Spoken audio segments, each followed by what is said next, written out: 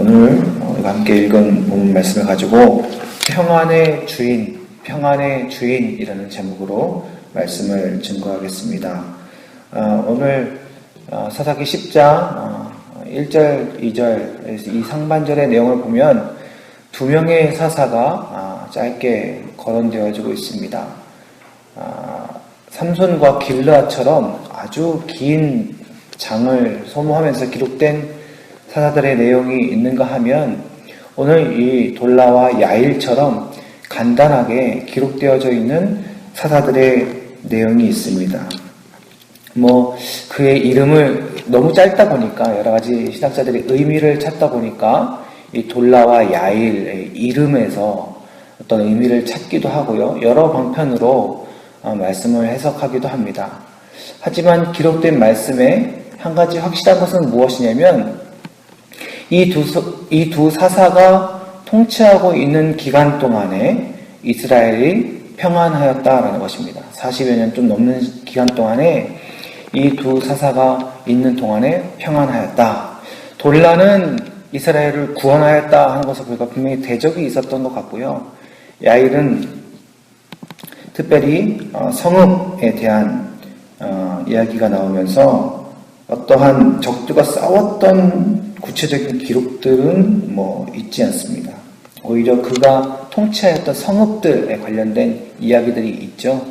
그러니까 대적이 있던 없던 간에 또는 이 평안한 시기 속에서 자연스럽게 세워진 통치자 사사이든지 간에 중요한 것은 이들이 있는 동안에는 평안한 시기가 이어지고 있었다라는 것입니다. 하나님께서 돌보아 주셨다라는 것이죠. 사실 사사기 전체를 보면 이 평안의 시기와 혼란의 시기가 계속적으로 반복이 됩니다. 물론 이 평안과 혼란 자체에는 다 이유가 있죠. 그러한 이 사람들이 평안한 시기 속에 있을 때에 왜 다시 이스라엘 백성들이 혼란케 되어지는가, 이들이 왜 다시 어려움을 겪게 되는가, 그 원인을 살펴보면 이 사사기의 핵심입니다.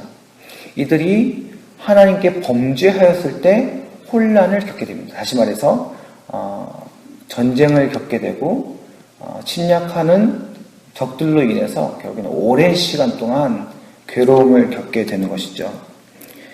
이스라엘이 사사로 인하여 평안을 얻게 되어지는 시기에 이들에게는 무슨 일이 있었는가, 이렇게 생각을 해볼 수 있겠습니다. 그 평안이 자기의 것인 줄 안다는 것이죠. 그 평안의 이유가 누구 때문이다? 나 때문에 일어난 일이다. 아니, 내가 이 평안의 주인이다, 나 때문이다, 이런 생각은 설령 안 할지라도 내가 지금 누구로 인하여 이렇게 평탄케 되었는가, 우리가 지금 누구로 인하여 지금 평안한가, 그 평안의 이유를 잃어버린 것입니다. 하나님께서 이들이 회개하였을 때 사사를 세우시고 하나님을 대신하여 싸우는 지도자, 영적인 지도자, 그리고 실질적인 전투의 지도자인 사사를 세우셔서 하나님의 능력으로, 권능으로 이들을 구원하여 주셨습니다. 그러면 이들의 승리는, 그리하여 그 이후에 이어지는 이들의 태평성대는 하나님께서 주신 것입니다. 하나님 없이는 이루어질 수 없는 것이고, 이들은 그 세대의 그 어려움과 그 전투의 승리를 경험하면서 하나님께서 주신 것이 아니고서는 우리가 평안할 수 없구나, 우리가 하나님을 바라보지 않고서는 우리가 이러한 평안과 안식을 누릴 수 없구나, 이것을 명백하게 배운 것입니다. 그래서 그들의 세대가 있는 동안에는 평안합니다. 안식이 일어납니다. 그런데 이 세대가 죽고 다음 세대가 일어날 때 40년, 50년 그 평안의 시기가 끝나고 날 때 여지없이 이스라엘 백성들은 다시 죄를 짓기 시작하는 것입니다. 이 평안이 하나님으로부터 오는 것임을 잊어버리고 그것이 전달되어지지 않고, 아니 전달되었을지라도 이들이 듣지 않고 그것이 자기의 것이냐, 그 평안이 방종이 되고 그리고 자기들의 죄와 방황이 되어서 결국에는 하나님 앞에서 하나님을 향한 목적을 잃어버릴 때 이들은 결국 그 평안이, 그 평화가 깨어지는 아픔을 경험하게 되는 것입니다. 이 평안이 누구로부터 오는 것인가? 이것을 기억하는 것이 매우 중요합니다. 하나님께서 이들을 심판하시고 이들에게 결국 고통을 허락하실 때에 하나님이 왜 분노하셨는가? 하나님이 왜 이들에게 이런 어려움을 허락하셨는가? 그 이유를 명확하게 말씀하고 계십니다. 12절 한번 보십시오. 오늘 읽었던 본문 12절 말씀을 함께 보시면 그 앞에 하나님께서 출애굽부터 이야기를 하시면서 그들이 물리쳤던 나라들을 이야기합니다. 11절에 애굽 사람, 아모리 사람, 암몬 자손, 블레셋 사람에게서 너희를 구원하지 아니하였느냐? 그러면서 12절 시돈 사람과 아말렉 사람, 마온 사람이 너희를 압제할 때에 너희가 내게 부르짖음으로 내가 너희를 그들의 손에서 구원하였다. 그러니까요, 이들이 사실은 그 조상으로부터 하나님의 구원하심, 하나님께서 이들에게 평안을 주셨음을 이미 전달한 것입니다. 애굽에서부터 지금까지, 그리고 이전의 사사가 하나님의 이름으로 그 백성들을 구원하였던 것들을 하나하나 하나님께서 다 열거하시면서 내가 너희를 구원하였다. 내가 너희를 구원하지 않았느냐? 그래서 하나님이 이 평안과 이 승리의 주인이심을 다시 한번 이들에게 주장하고 있는 것입니다. 그것을 기억하기를 원하시는 것이죠. 그런데 그 백성이 그것을 기억하지 못하였을 때, 그것을 잊어버렸을 때, 이 평안이 내 것인 줄 알 때, 아니 이 평안이 당연한 것인 줄 알 때 우리는 결국 다시 한번 교만과 우리 인생의 주인의 왕좌에 우리 자신을 세우며 살아가게 되는 것입니다. 하나님의 구원하심이 얼마나 큰 은혜인가, 하나님이 우리의 하나님 되심이 우리에게 있어서 얼마나 큰 축복인가, 이것을 기억하는 것이, 이것을 잊지 않고 살아가는 것이 우리 신앙의 핵심인 것입니다. 어제도 제가 수요예배 때 설교하면서 말씀을 드렸습니다만 당연한 은혜, 당연한 말씀이 더 이상 우리들에게 감동과 우리들에게 기쁨으로 다가오지 않을 때, 여러분, 우리의 심령은 그 순간 사사기에 범죄하는 이스라엘 백성과 같은 심령일 수 있습니다. 더 이상 예수님의 이름을 부르짖으면서 우리 마음 가운데 심령에 감동이 없을 때, 우리가 십자가를 바라보면서 그것이 은혜임을 잊어버릴 때, 여러분, 우리의 마음속에서는 또 은혜를 전달받았으나 그것을 믿지 아니하는 이스라엘의 다음 세대와 같은 강박한 마음이 우리 가운데 있을 수 있다는 것입니다. 여러분, 이 세상의 평안이 얼마나 가겠습니까?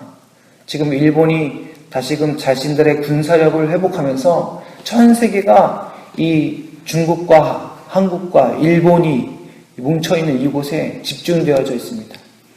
이제 자칫하면 군사적인 위협이 있을 때 미국이 출발을 하면 지금 미국과 아주 긴밀한 관계를 맺고 있는 일본이 자연스러운 요청에 의해서 자신들의 군사력을 이 세계 어느 곳이든 투입할 수 있는 그런 권리를 다시금 자기들 안에서 획득했습니다. 이것을 가지고 말이 많습니다.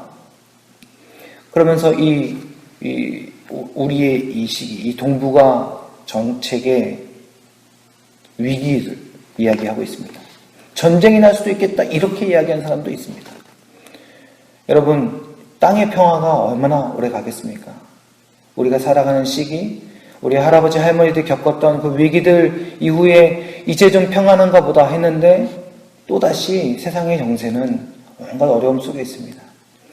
이 땅에 전쟁이 없었습니까? 그렇지 않습니다. 우리가 평안하다 할 때도 어느 곳에서는 전쟁과 난민들, 이러한 소식들로 이미 세계의 뉴스는 채워지고 있었습니다. 여러분, 우리가 바라봐야 할 분이 누구인가를 살펴보아야 할 것입니다.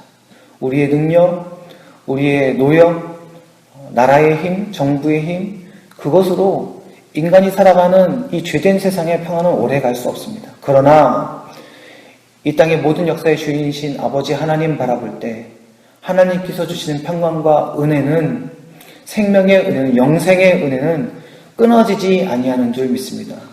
로마서 8장에 우리를 사랑하시는 아버지 하나님의 사랑에서 이 세상의 그 어떤 것도 우리를 끊을 수 없다 선포하며 이야기하고 있습니다. 마지막 때를 살아가는 이 시대의 우리의 삶 속에서 우리가 정녕 붙들고 기억해야 되는 것이 무엇인가? 우리 삶의 평안은 오직 우리 구주 예수 그리스도 뿐인 줄 믿습니다. 우리의 삶의 주인은 오직 하나님 아버지이신 줄 믿습니다. 우리가 생명 들여 섬겨야 할 분은 오직 하나님이신 줄 믿습니다. 이 모든 땅의 권력과 권세와 역사의 주인이신 하나님 바라보실 때에 오늘도 우리 하루의 삶이 그저 생명 붙여 하루를 호흡하며 살아가는 것뿐만 아니라 우주의 주인이신 아버지 하나님의 부르심과 그 사역에 동참하는 삶임을 기억하시면서 하나님, 나의 상황이 어찌하든 하나님께 영광 돌리는 삶이 될 수 있도록 인도하여 주시옵소서. 그렇게 기도함으로 하나님께 부름받아 쓰임받는 은혜의 삶이 되시기를 주님의 이름으로 간절히 축원합니다. 기도하겠습니다. 살아계신 아버지 하나님, 우리에게 주신 평안과 그 은혜가 당연한 것인 줄 알 때에 우리의 마음은 금세 교만하게 되어집니다. 내가 내 삶을 살아갈 수 있고 내가 할 수 있다라고 생각하는 것이 바로 우리의 연약한 모습인 것입니다. 주님, 매 순간순간마다 하나님이 우리의 삶의 주인이심을 기억하게 하옵소서. 지금 우리에게 주시는 평안이 하나님께서 우리에게 주시는 것임을 잊지 않게 하옵소서. 주님, 우리가 삶의 평안을 위해서 해야 할 노력은 오직 하나님을 바라보는 것임을 잊지 않게 하여 주시옵소서. 주님을 바라보며 살아가는 삶의 은혜의 겸손을 통하여서 아버지 하나님의 살아계심이 우리를 통하여 이 땅 가운데 드러날 수 있도록 인도하여 주시옵소서. 국제 정세를 바라보고 이 땅을 삶을 살아가며 바라볼 때 하나님, 인간의 평안은 아버지 하나님 찰나에 불과합니다. 하나님 아버지, 헛된 것에 우리 인생 버리지 아니하고 오직 영원하신 아버지 하나님 주님께 붙들림 바 되게 하여 주시옵소서.